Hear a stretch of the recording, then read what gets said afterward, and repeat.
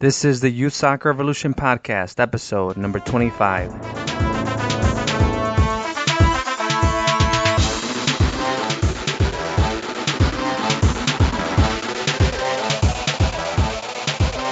Welcome back to the Youth Soccer Revolution Podcast, everyone.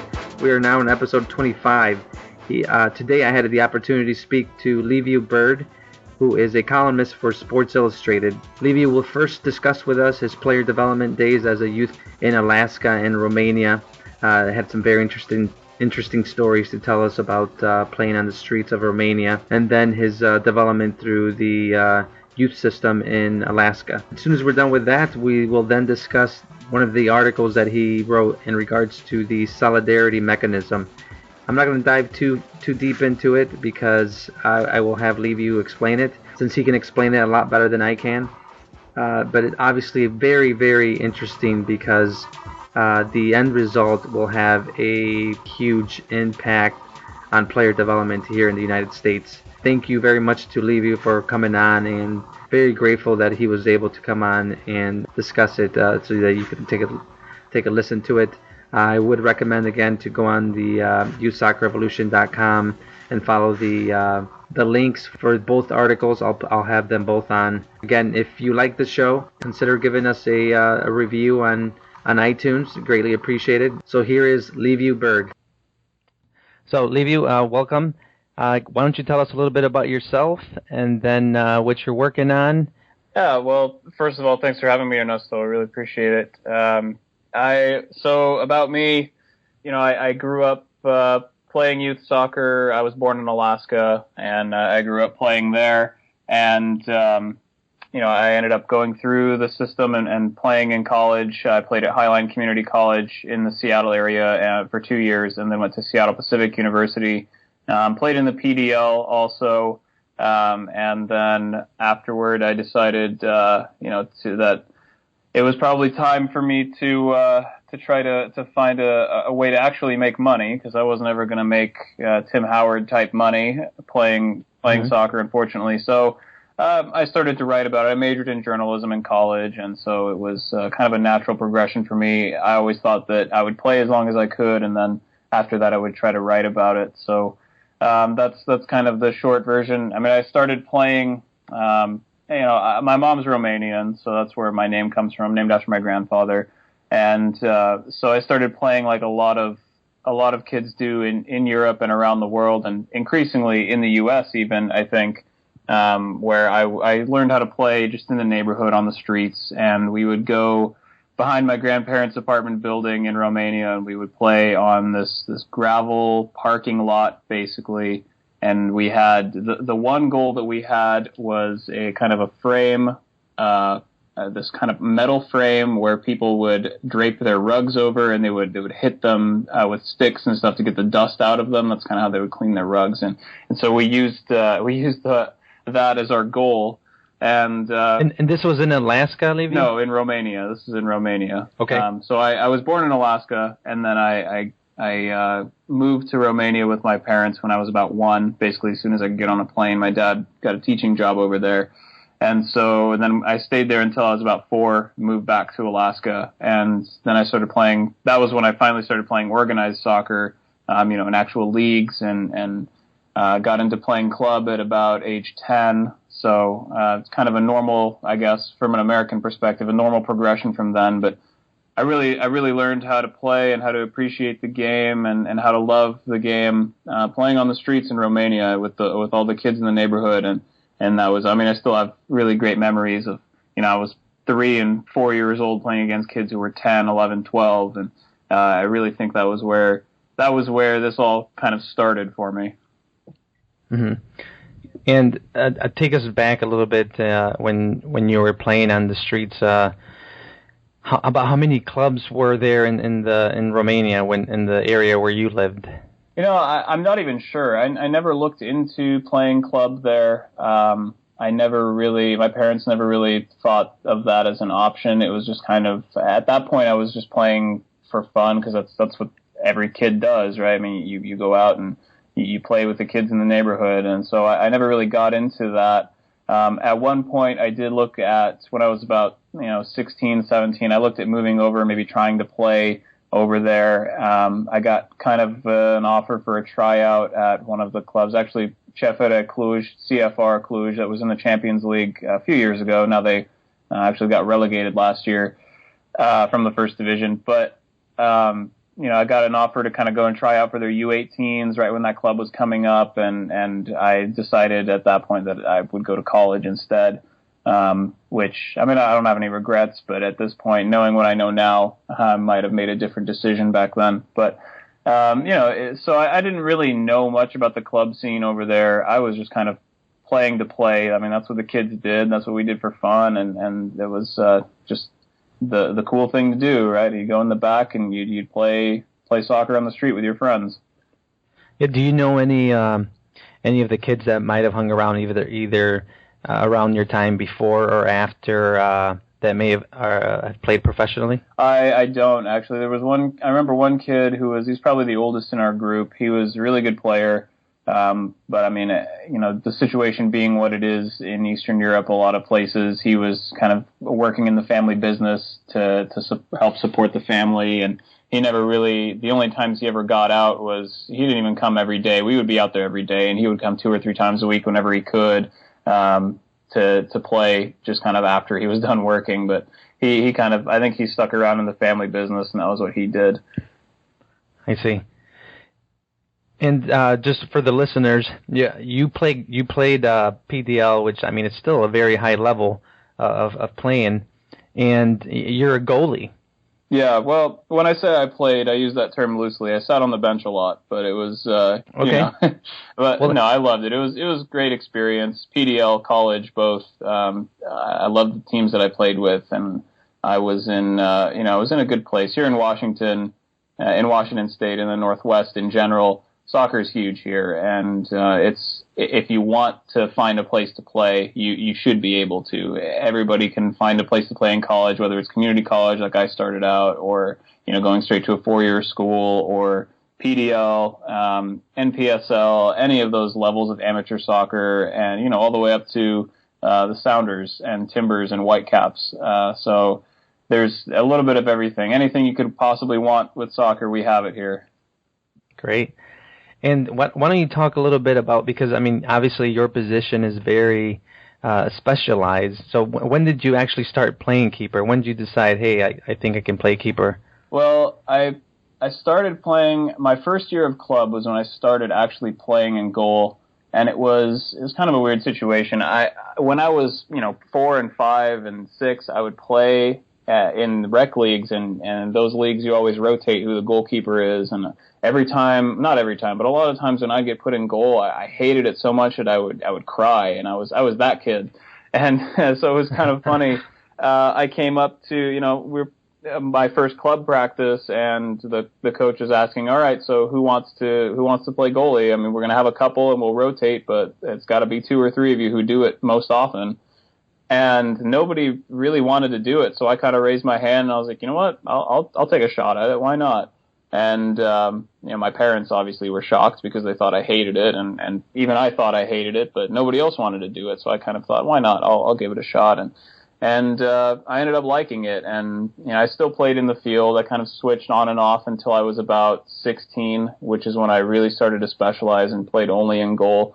But it's still important for goalkeepers to be able to play with their feet, especially these days. 70-80% of what we do as goalkeepers is with our feet, and if you're a Manuel Neuer type, if you're a sweeper keeper, you're outside the penalty area a lot, and you're sweeping up stuff behind the back line, and you got to be able to use your feet and your head and your chest and all the different surfaces of the body. So it's really not just a position where you can stand on your line and catch the ball and kick it as far as you can anymore. It's really evolved, and I really think that playing in the field as long as I did really helped my development as a player to be more the best, the most well-rounded goalkeeper that I could be. Yeah. Thank you for saying that, because I get a lot of questions from parents asking, if their 7 and 8-year-olds should start specializing. And I'm like, what? They got to know how to read the game first. So let them play out in the field, let them have fun. Then, if it's something that they want to pursue in goal, when, like you said, 12, 14, 16 years old, and that's something I mean, reading the game and knowing how to play it is one huge part of playing a goalkeeper. Yeah, exactly. So I'm glad you brought that up. Anything else about your playing days that you learned about development that you want to share with the listeners?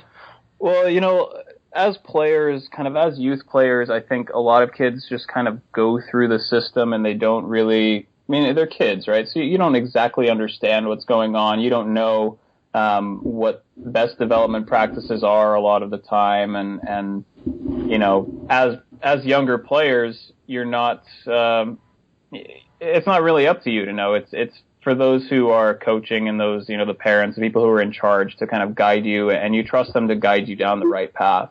And that's kind of the thing that I always say now, oh man, if I knew then what I know now, but I mean, if you look back on it, if I knew then what I know now, I wouldn't have been, 10, 12, 14 years old. I would have been an adult. So it's not, honestly, as a kid, I didn't learn much about the development path or player development at all. I just I trusted those around me, and I found coaches and people whose message kind of resonated with me. And I had a fantastic youth coach. His name is Larry Foster, Phoenix Soccer Club in Fairbanks, Alaska.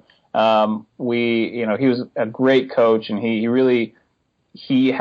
was a big proponent of the Dutch philosophy. So we played 4-3-3. We played on the ground. We didn't just kick and chase. We really controlled games, and teams didn't know how to handle us. And it was that kind of framework, the foundation that he laid, that really it continues to shape my philosophy when I'm coaching, when I'm analyzing, all that stuff. So it's, if you find the right person, if you find the right environment, it takes care of itself. And as kids, I mean, how much can you really know if you're 10 and 12 years old? All you know is that I like this guy. He seems to be a good coach, and so I'm going to listen to what he says, basically. And that's the path that I followed, and that's what I would imagine it's like for a lot of kids.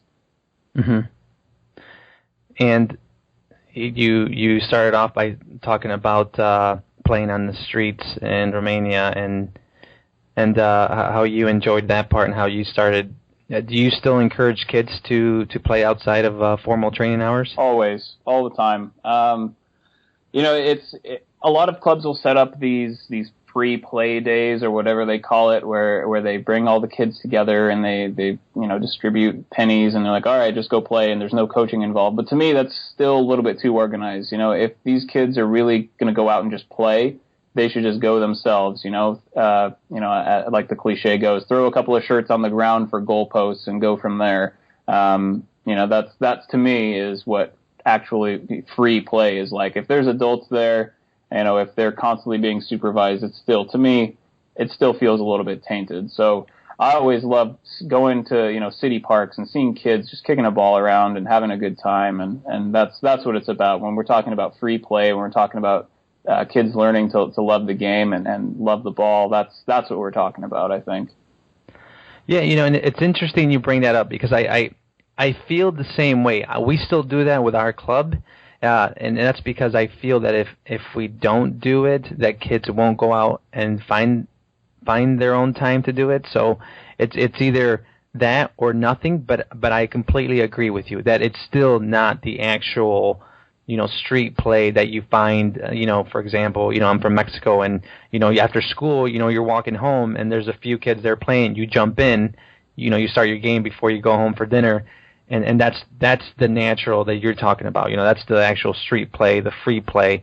So I agree with you that definitely. But I guess if clubs can at least offer that, I mean, it's better than nothing. It's better than nothing, certainly, and it might push kids on that path to say, hey, this is fun. We should do this after school every day or whatever. So. It's not a bad thing. Don't get me wrong. I don't think it's a negative thing. I just think that.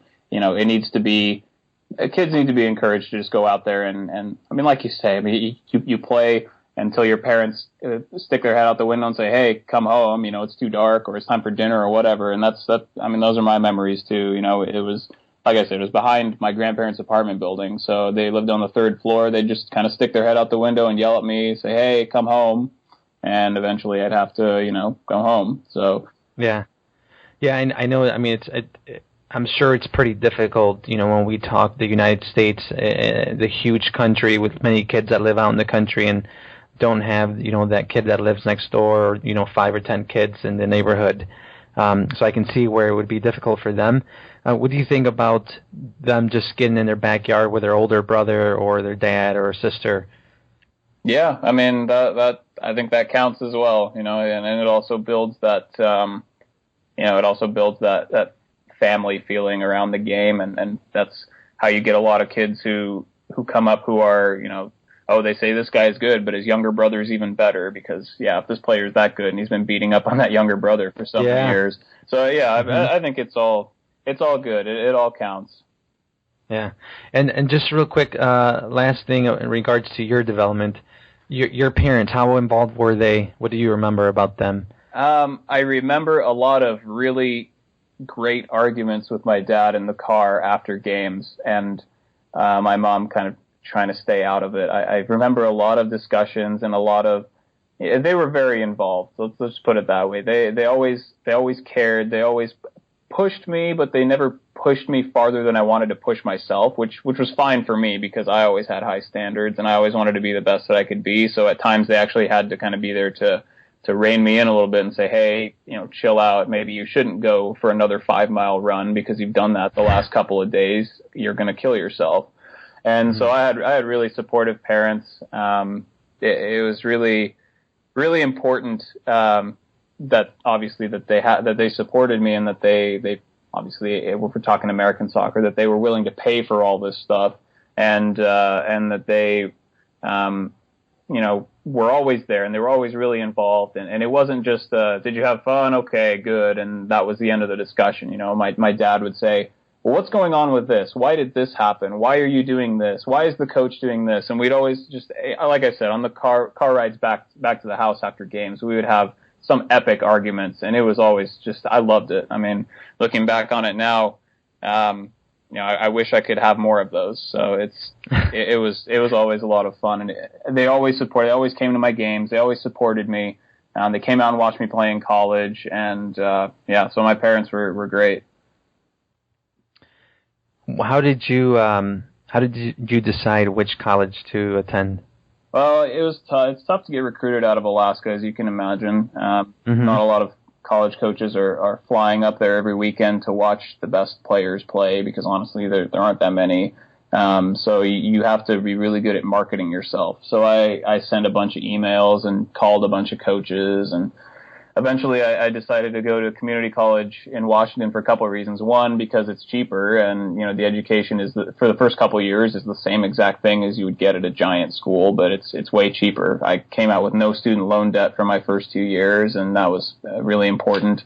So I decided to go there, and the community college I went to, Highline Community College, has a good history of turning out professional players and professional and players who go on to the Division I level, even before that. So, it seemed like a good school. It was, the education aspect of it fit. So it seemed like a good place to be. Yeah. It's a good point you brought up about, a community college, a small school, bringing up, professional players. Davenport, which is the school that won the Division III national championship, one of their players was drafted by the Philadelphia Union.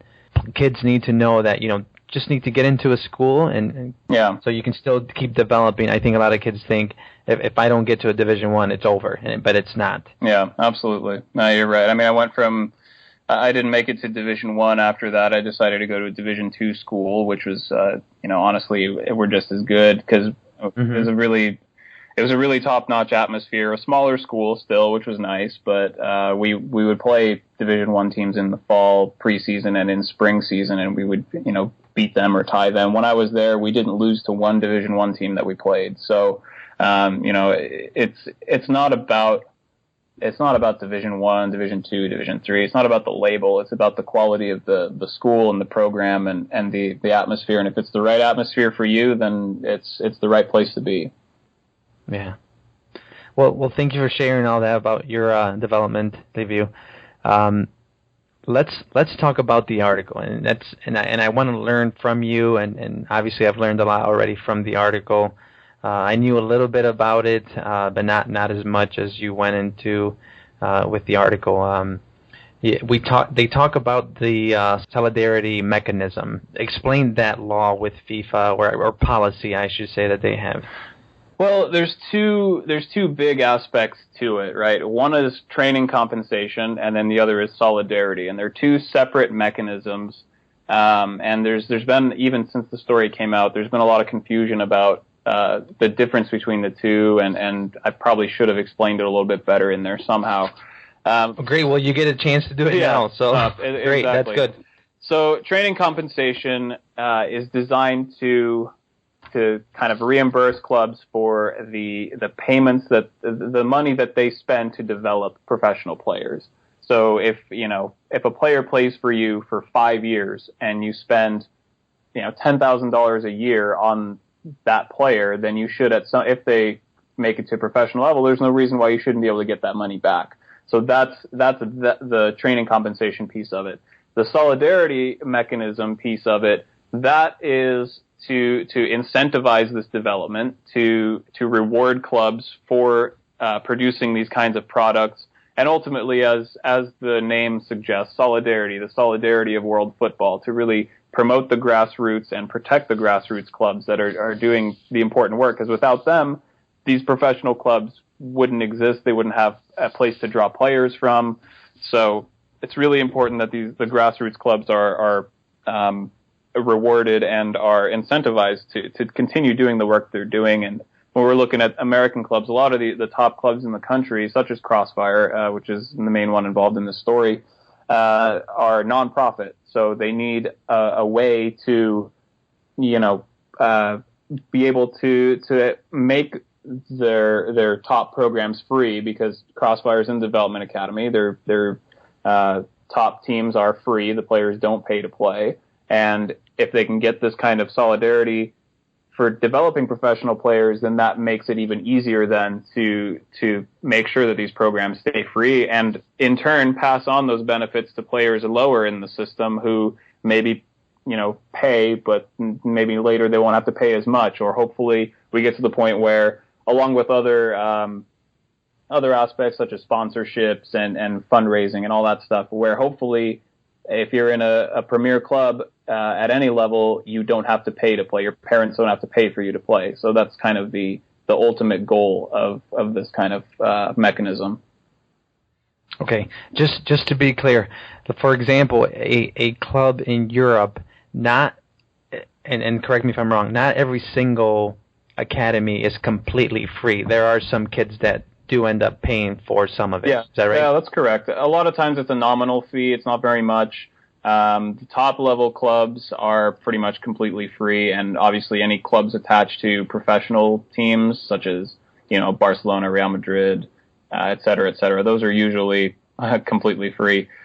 Yeah, and I mean they have obviously the funds. Yeah, exactly. To be able, and they probably get to pick some of the best players in any area. Yeah, and so naturally they're not going to have to charge. But yeah, some of these mid-level and lower-level clubs, they do charge fees no matter where we're talking about in the world. And some are larger than others. It just kind of depends on the level and depends on the individual club, the country, because obviously some countries have more money than others. So all of these things kind of play into whether clubs are completely free or not. Okay, so I just wanted to make sure we discuss that, because I understand why Crossfire is doing this. I mean, they should be compensated for the effort that they put into, and the resources that they put into developing. But obviously that's why we're here today. It's because they don't in this country, in the United States. So let's talk a little bit more about that. That what's one of the reasons that they can't get compensated? Well, right now, basically, the reason that U.S. soccer hasn't really allowed these payments to come through for players is they claim that there is a kind of a consent decree, which is basically just an agreement that comes out of a court case But there was a consent decree that came out of the Fraser v. MLS case that challenged MLS's single entity structure. And after that case, there was this agreement that clubs, U.S. Soccer and its members wouldn't, supposedly, because nobody's seen this agreement except for U.S. Soccer, and there's no reason to think that it doesn't exist, but there's really no reason to think that it does exist either because nobody's seen it.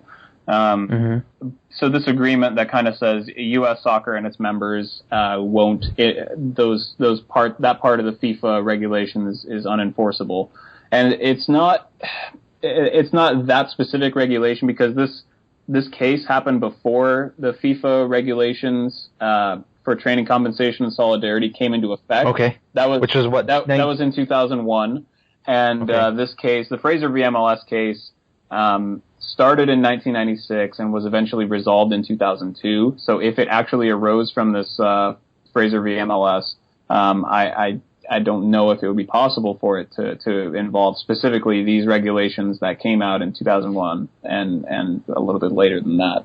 So it's basically what Crossfire is asking right now is, A, can we take this money? Can we get solidarity for developing our players? If not, then why not? And can you publicly explain once and for all why we should or shouldn't be able to take this money?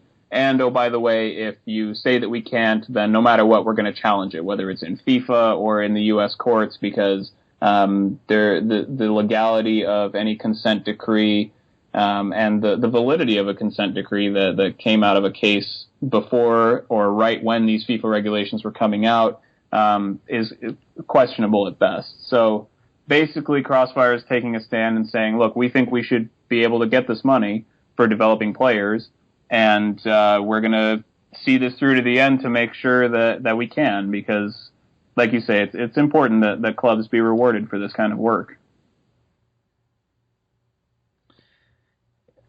Man, it's so complicated. I mean, I wish I understood every single piece to it, but I mean, there's just so many different pieces. Obviously, when we talk about, international FIFA, and the Fraser versus MLS, and so I'm really glad that you came on here to at least help us understand it a little bit better. So how far back could a club go? Let's say, for example, Real Madrid took a kid in that was, 5 years old, and I'm not sure if that's even possible. Let's say 10 years old. And then at what point are they eligible to receive compensation or this? Well, go ahead. Yeah, so training compensation is payable to, as a general rule, kind of up to the age of 23. So until a player turns 23 or until the season in which they turn 23, for training that they've had up until age 21, from age 12 to 21.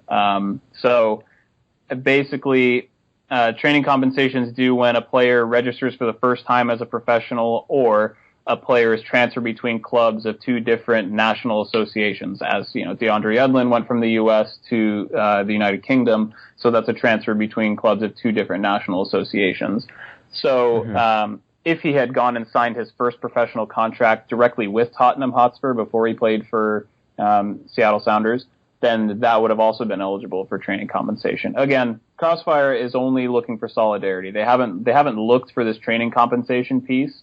They're only looking for solidarity. And part of the reason for that is FIFA has said in the past, in some cases, that if a player pays at all or his family pays at all for him to play, then clubs are not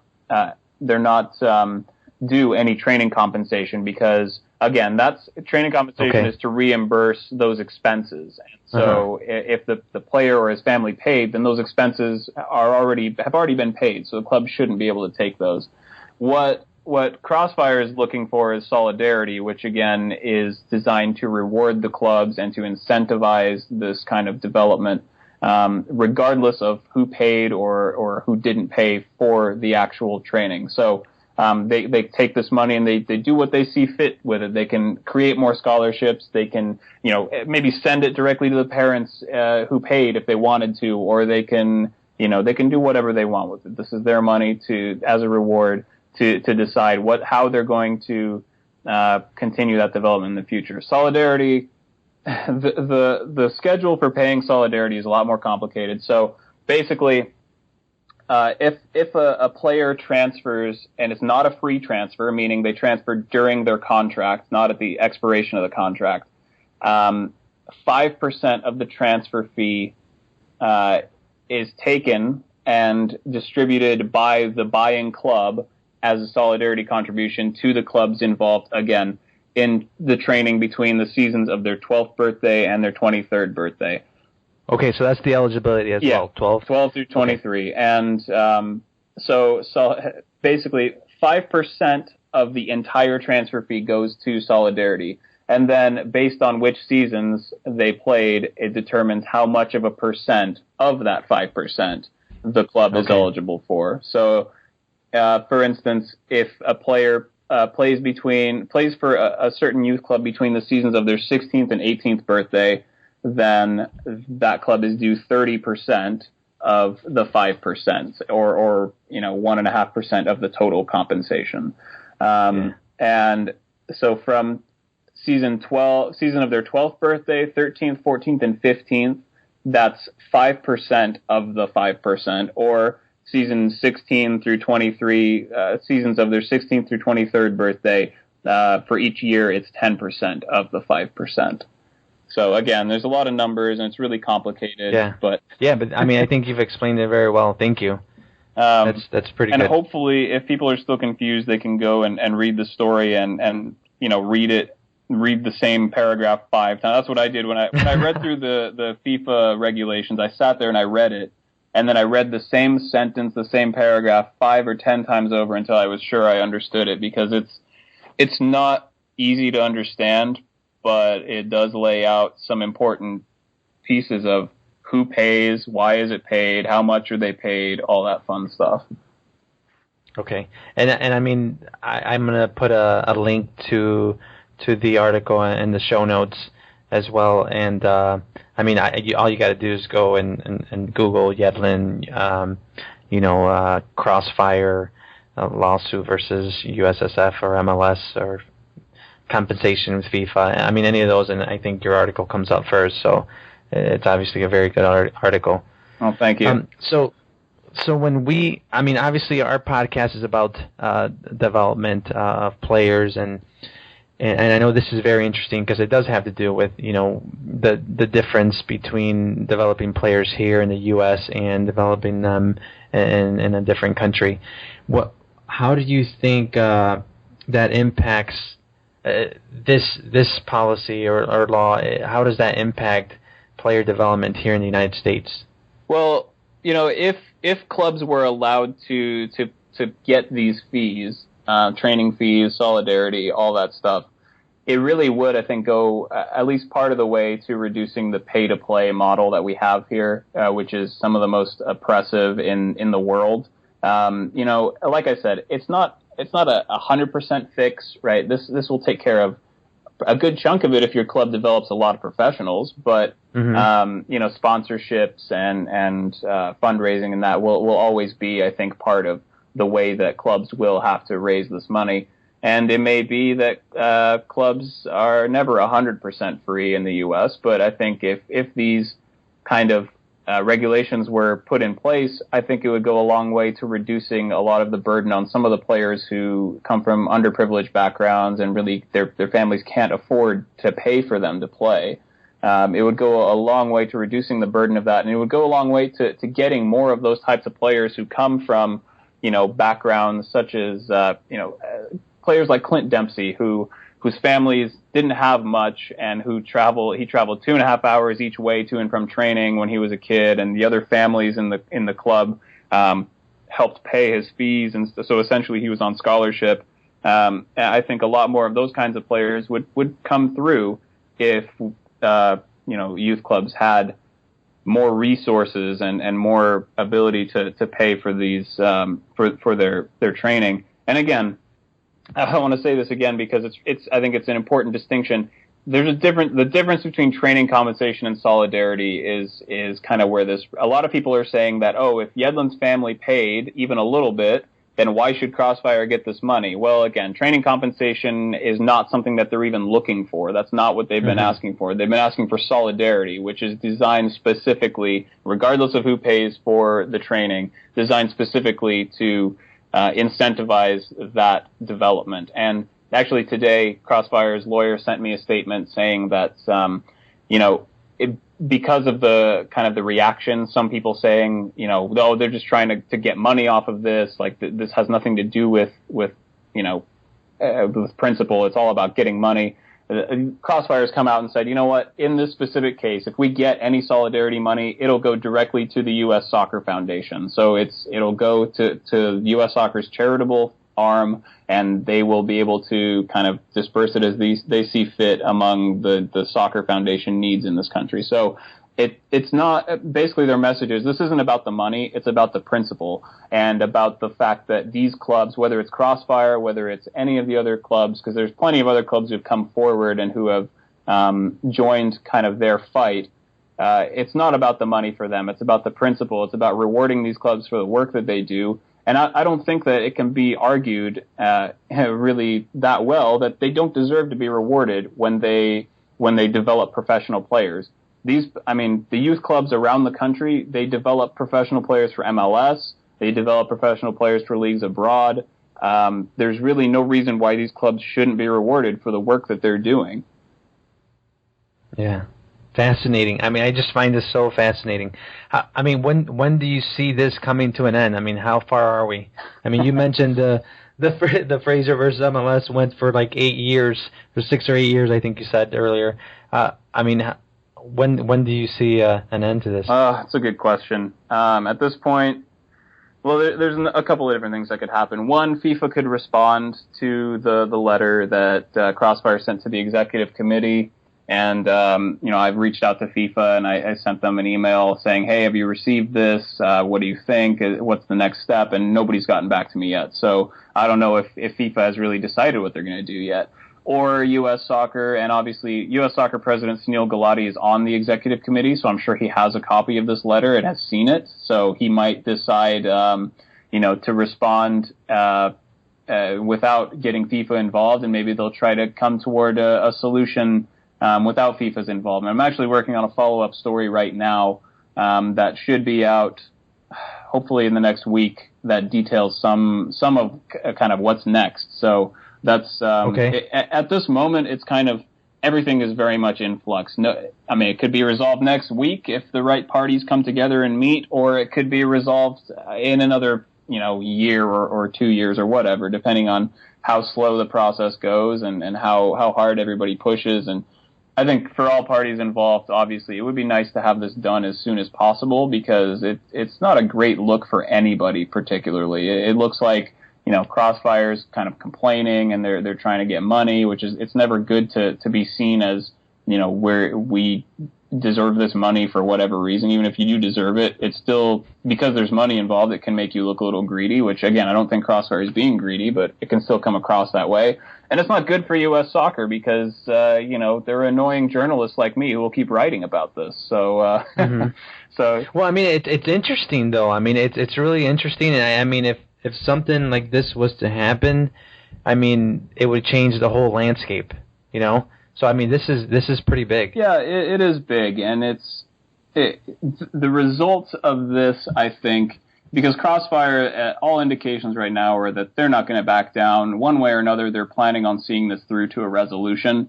I think that whatever happens out of this will be good for the youth game in this country. I don't know how, I don't know when, or any of that stuff. I just have a feeling that whatever resolution comes out of this will ultimately be good for player development and building a better soccer program in this country in general. Yeah, just a little bit off topic, but there's the development, the Directors Academy, and there are 2 kids in my area whose parents I know pretty well, and they were asked to play for the Director Academy team, and they're I think they're the two best players in the area, of about 160,000 people in the city and the surrounding area. But I mean, I know their parents personally. They can't afford to play there, and they should be on that team, but because they can't afford it and there's no scholarship for them to play there, they're left out. So they're not receiving that training that I think it would be great for them to have. Yeah, and it's not. A lot of the people think that every development academy team in this country right now is 100% free, and that's not the case. The vast majority of them right now are free, and it started with MLS kind of deciding, all right, we're going to make our academies free, and then some of the clubs that have more resources said, all right, well, if we want to keep competing for players, we have to make our academy teams free too. So they kind of followed, and then some clubs that are in the development academy can't afford to make their teams completely free yet. And yet being the key term, who knows what might happen in the future. So, that's another key piece of this is I think, it would go toward reducing that burden on players and their families, and it would place it more on the clubs to pay for player development. Yeah, I mean, just imagine if someone like Dempsey, because he talks a lot about how he played with all the Latin kids, growing up. And the reality is that a lot of these, the two kids I'm thinking about right now are Latin players. They're both Hispanic, and their parents, so they don't have the best jobs. They're not able to find the best jobs. Barely speak English, but these kids can play, and everyone knows that. That's the most marginalized group of players in this country right now. Are the immigrants, the kids of immigrants, the first and second generation underprivileged kids who by all accounts, a lot of them are fantastic players. They are phenomenal players. Jurgen Klinsmann himself has said we need to find a way to get more of these players in the national team programs. He's done a good work in recruiting kind of players in Liga MX who have American passports. You have Ventura Alvarado now, William Yarbrough. Joe Corona, all those guys who play in Mexico. And I think, that specific group of players, if the U.S. can find a way to tap into that group and get just a few more of these players every year into development academy teams, into the youth national teams, and into the senior national team, the level of play in this country will skyrocket immediately just by getting that group more involved in the mainstream kind of soccer activities. Mm-hmm. Yeah, and a lot of people think, anyway, where the people that I know and come up to me and talk to me, they think, that's because they're Latin, or Mexican or Honduras, or wherever they may be from. That's the reason why they're good. But the one thing I tell them is no, because they live in an environment that nurtures their soccer development. I've seen some of these kids. I play with their dad, on the Sunday league, and during our game, they're out there playing around. Halftime comes on, they get on the field, they're playing. They're always playing, and I think that's one of the reasons they're so good is because they don't stop playing. That's just their environment. Absolutely, and it goes back to, like I was saying, it's just a thing that you do. At that age, in a lot of cultures, you go and you play with your friends on the street. Like you just not organized soccer. You just go and you kick the ball around, and it's fun, and you learn how to love the game. And that's, I think that part of the cultural aspect of that is big. And also, if you get these players involved, then maybe that will start going into the greater community as well. The suburban kids who can go inside and play video games all day, but maybe if their friends are out playing soccer, maybe they'll say, all right, now I'm going to go out and kick the ball around instead too. It's just, and again, nothing but good things can come from getting that group of players and that specifically extremely marginalized group more involved in the greater soccer community in this country. Nothing but good things can happen. Yeah, definitely. With their talent can only take them so far. Because they need the training. They need the training from those director academy coaches who are. There's a lot of good coaches around here. not as many as I'd like to have, but I mean, there's some good coaches out there, and the more that these kids are exposed to them, the more that they'll help them out. Yeah, absolutely.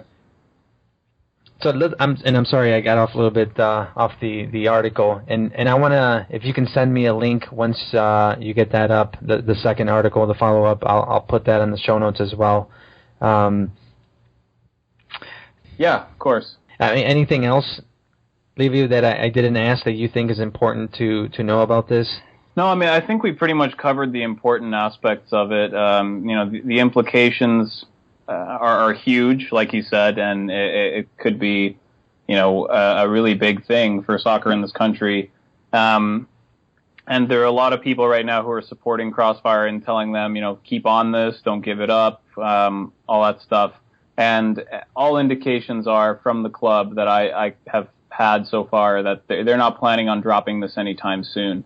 And it's kind of finally come to the forefront in a way that I don't think will be able to be ignored. And there are more clubs now who we're finding out about who have had these issues in the past, and who, this will continue. If nothing changes, this will continue to be one of the great stories that lie underneath the surface of U.S. soccer. It's not something that is shouted at you every day, but it really would have a significant impact on the way soccer in this country works if this were to come to a resolution in the way that Crossfire is trying to get. Yeah, and you did mention earlier about how it would impact the player development, and you talked about how having additional funds would help out clubs. Any other way that you can think it would impact player development?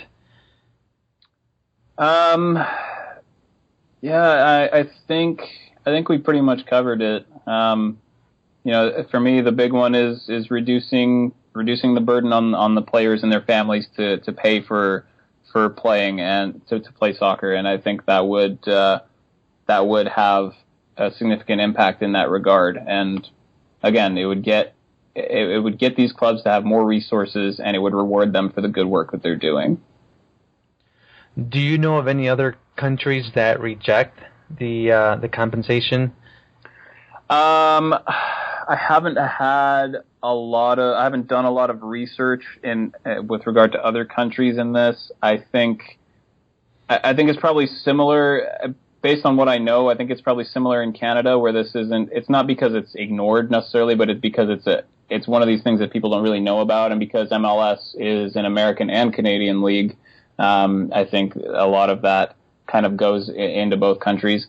So I think that it might be similar in Canada. I'm not 100% sure on that. As far as other countries go, I'm pretty much in the dark. I don't know. Yeah.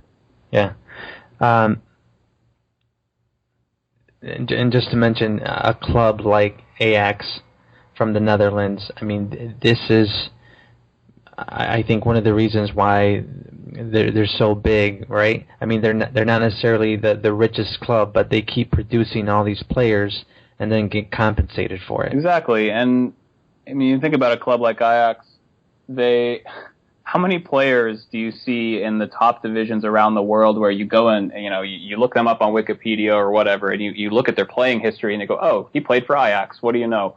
And a lot of these players played for Ajax, and within those ages, the vital ages of 16 to 23, when they're first getting their first team experience and when they're really breaking out onto the professional stage. Even if the players didn't start at Ajax, they go. Feyenoord is another one in the Netherlands that has developed a lot of players, especially in recent years. If we're looking, there are clubs like that in every country in the world. In England, in Germany, Freiburg has one of the best academies in Germany. Not a massive club, but it's a club that develops players regularly, and they need to be rewarded for that. In Spain, you have La Masia at Barcelona. You have all the different academies there that churn out quality on a yearly basis, it seems like. In Portugal, you have Benfica and Sporting and all those clubs. If clubs couldn't get rewarded for making these investments in players and for continually developing professional level players, the level, I mean, a lot of them might not even exist anymore, because this is, for a lot of clubs, this is how they make their money. They develop players and they move them on, and then they can survive another year. You know, it's maybe not quite that drastic in a lot of cases, but in some cases it is. I mean, it's really how some clubs continue to exist, because they're rewarded for developing players. Mm-hmm. And we've discussed. I mean, we talk a lot about the positives that it would have on player development. I'm sure, or I'm assuming MLS and U.S. Soccer have their reasons as to why they don't do it. Do you think they fear it would have a negative impact on these kids that are involved? I don't think they fear it would have a negative impact on the kids. The can of worms that has been opened here is that if American clubs start getting solidarity and potentially training compensation for players who move abroad, then MLS itself might have to start paying these fees for players that they sign. And of course, the majority of MLS players come from American clubs, American colleges. So if these clubs are rewarded for moving players overseas, then suddenly it's going to be, okay, how come we don't get paid for players who sign in MLS? And then we're looking at MLS also having to pay a lot of money every year, not only for American players, but also for players that they transfer in from abroad. And some of these clubs from Jamaica and from Africa specifically have already had their issues with MLS not paying training compensation and solidarity. So it's only an issue that's going to get bigger, and MLS, is still a growing league, and they like to throw around the rhetoric that they don't have very much money, which, regardless of whether it's true or not, if they have to start paying training compensation and solidarity, at least at the very beginning, they're going to have even less money, regardless of how much they have. So you can see kind of their desire to keep this system away from the American soccer landscape as much as possible.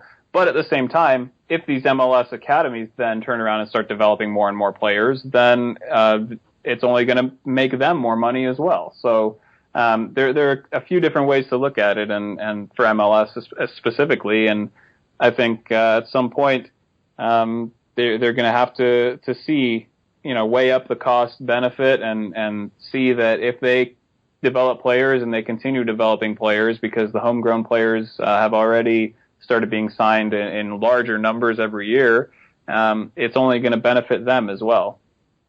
Yeah. Well, one last question before we let you go, leave you.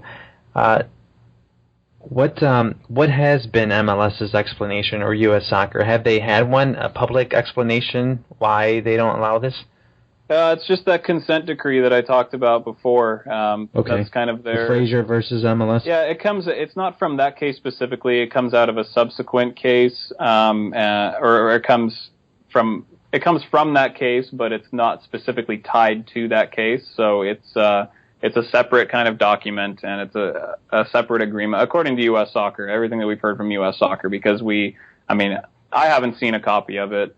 Crossfire asked for a copy of this consent decree and was not provided with one. Other clubs have asked for it, and U.S. Soccer says that, we just don't provide it. So nobody's really seen it. And, to be fair to them, if it's a confidential document, they're not going to be required to disclose it except by court order. So at this point, nobody's really had the power to say, okay, you have to show me this document. So that's kind of the main issue here is, does this exist? What does it actually say?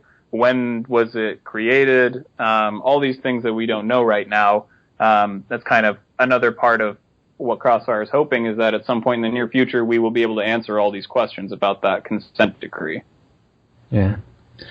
Well, I know I'm gonna keep an eye on it. I'll keep reading whatever you put out to learn more about this. Like you said, whatever the results are, it's going to have a big impact on player development here in the United States.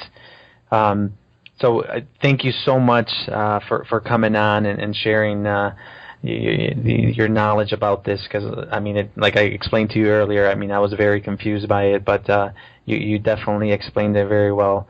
So again, thank you very much for your time. Yeah, and thanks for having me. It was lots of fun. Thanks again for joining us, everyone. It means a lot to me to see the downloads go up every single month. Thank you very much, and I hope it's helping you improve player development and wherever you are. Again, thank you so much to Leaveyou for coming on, and again, do not forget to follow up and read the second article, which again is on the YouSoccerRevolution.com website. Thank you so much, and I'll see you on the other side.